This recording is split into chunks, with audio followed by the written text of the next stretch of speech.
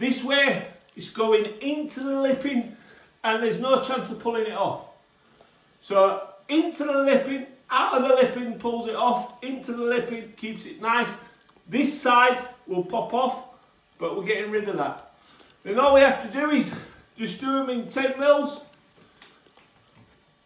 There is guides on it, but my guides got lost about 50 years ago.